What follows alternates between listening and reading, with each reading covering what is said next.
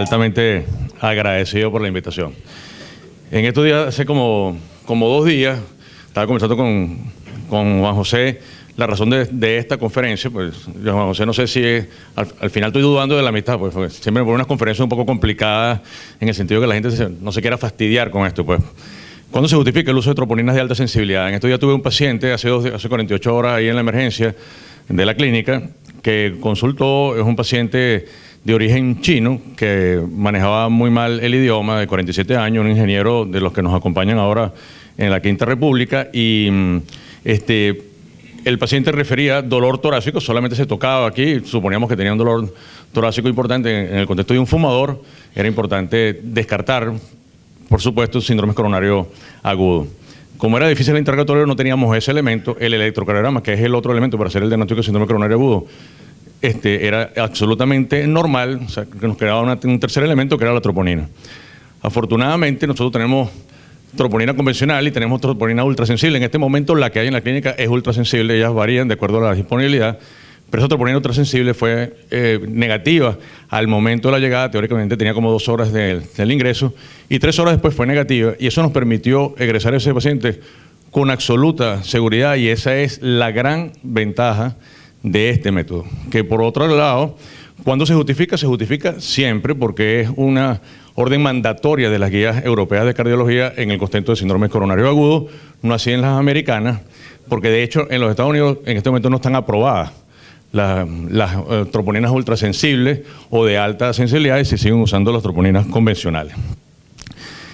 La idea es que la troponina como marcador de lesión o injuria miocárdica, porque es relevante, es lo que vamos a tratar de discutir en los siguientes 8 o 9 minutos, evolución de las diferentes pruebas de troponina convencionales versus ultrasensibles, sensibilidad versus especificidad, y es realmente relevante, y los tiempos oportunos de intervención terapéutica según el resultado de las troponinas ultrasensibles. Este es si se quiere, el trípode donde nosotros descansamos el diagnóstico de síndromes coronarios agudos. Ustedes saben que el síndrome de dolor torácico agudo es uno de los motivos de consulta más frecuentes en las salas de emergencia a nivel mundial. Solamente en los Estados Unidos hay 10 millones de consultas por síndromes de dolor torácico agudo. De esos 10 millones de consultas, 4 millones egresan a la casa y 6 millones ingresan a las instituciones para evaluación cardiovascular adicional. De los 4 millones que egresan, de 1 a 2% terminan teniendo un infarto, y ahí tenemos un espacio para mejorar.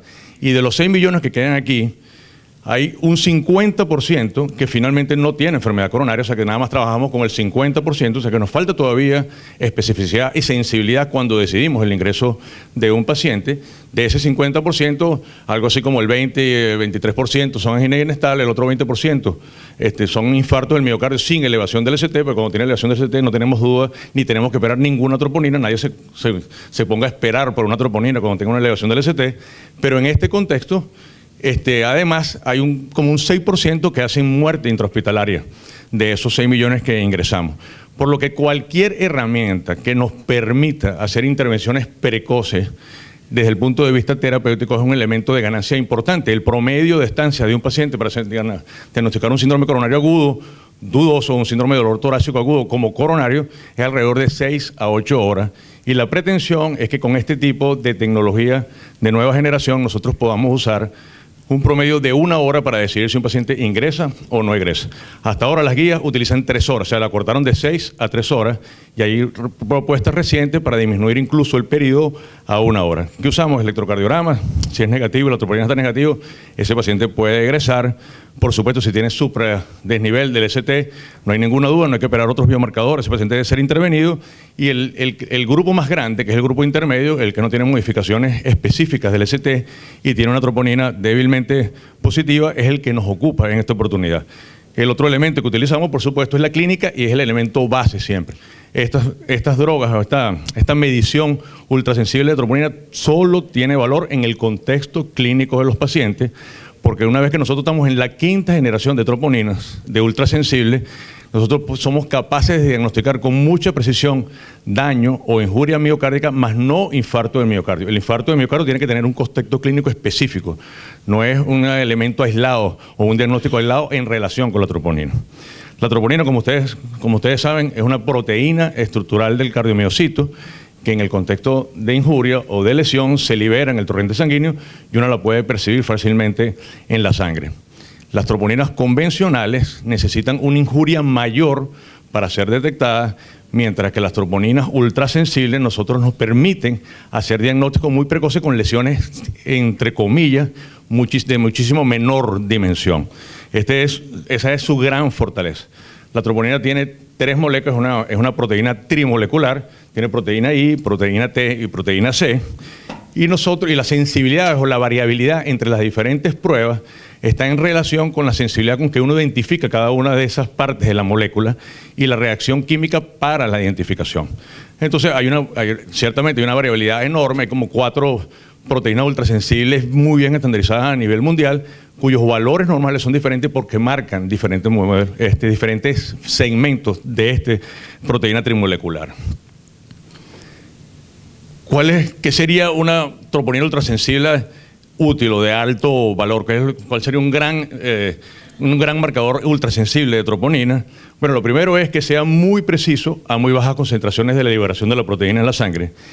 La segunda es que tenga una intervariabilidad propia muy pequeña, menor del 10%, y esto quiere decir que con la misma muestra repetida de manera consuetudinaria, uno no tenga una variación del valor mayor del 10%. Eso nos permite establecer que la dinámica del comportamiento de la troponina, posteriormente, si se eleva a 20%, se eleva a 30%, corresponde exactamente a un problema miocárdico y no a una variación del valor intrínseco de la prueba.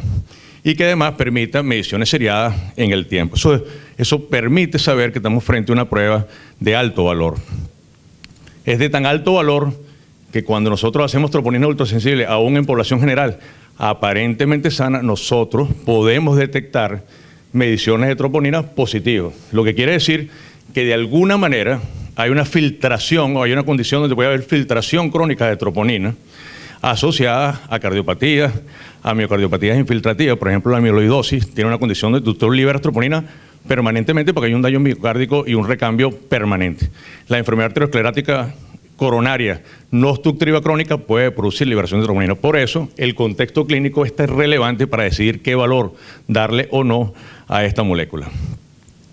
Ustedes saben muy bien que lo que nosotros estamos buscando es un ensayo clínico, un valor de laboratorio que nos permita determinar que el elemento fisiopatológico detrás de la elevación de troponina es una obstrucción coronaria, porque eso es lo que permite que nosotros hagamos cambios terapéuticos en la aproximación al paciente, que es el infarto tipo 1 por obstrucción de una placa fija que se le sobrepone una trombosis. Pero hay cambios dinámicos constantes en las arterias coronarias que pueden producir liberación por vasoespasmo, por vasodilatación, por desregulación, oferta-demanda, que pudieran producir elevación de troponina, y esto es relevante. Aquí están algunas de las causas no necesariamente arterioscleróticas que producen daño miocárdico y liberación de troponina, como es la injuria miocárdica en relación con insuficiencia cardíaca, con miocarditis viral, con endocarditis, con miocarditis, pericarditis, etcétera, y otras causas, como ya le comentamos en la época pasada, en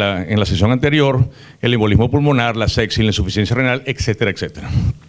Lo importante es que la troponina ultrasensible demuestra daño miocárdico, no necesaria infarto del miocardio. Pero la troponina ultrasensible positiva en valores absolutos, que en este momento utilizamos 6 nanogramos por mililitro, en valor absoluto por encima de ese valor asociado a cambios electrocardiográficos en el contexto clínico adecuado, es un marcador exquisito de infarto de miocardio. No importa que el paciente tenga infarto o no, la elevación de troponina es un marcador de mortalidad y de eventos cardiovasculares recurrentes. Así sucede en el contexto de sepsis, en el contexto de accidente cerebrovascular o en el contexto de embolismo pulmonar, siempre va a ser un marcador de eventos cardiovasculares, por lo que estos pacientes, aunque no tengan un infarto de miocardio, necesitan supervisión y seguimiento. Esta es la manera como se hace el diagnóstico de infarto. Básicamente debe haber un valor absoluto a la llegada de la emergencia, que es el 99%, el percentil 99, que quiere decir que por cada 100 pacientes que yo mida, 99 en la población general saludable van a tener ese valor positivo. Si está por encima de ese valor, es altamente reproducible que este paciente tenga una lesión miocárdica establecida. Y de hecho, eso es lo que mandan las guías. Y esto es lo que los protocolos normales sugieren, que nosotros hagamos mediciones a la entrada a la admisión, si el valor absoluto está por encima de lo normal, ya se hace el diagnóstico de lesión coronaria aguda o de síndrome coronario agudo, y a las 3 horas se mide y se sugiere incluso a las 6 horas. Protocolos muy recientes, como el que se hizo con el BAC y en el TRAPIT, en el BAC particularmente, que era la Universidad de Hamburgo, se hizo una medición de troponina a la llegada del paciente y a la hora del paciente estar en la sala de emergencia. Y fue absolutamente específico y sensible para poder egresar pacientes de la sala de emergencia en ese segmento de tiempo tan corto, comparado incluso con una base de datos de más de 75.000 pacientes de troponinas de seguimiento en los pacientes europeos. ¿Cuáles son las ventajas de la troponina ultrasensible?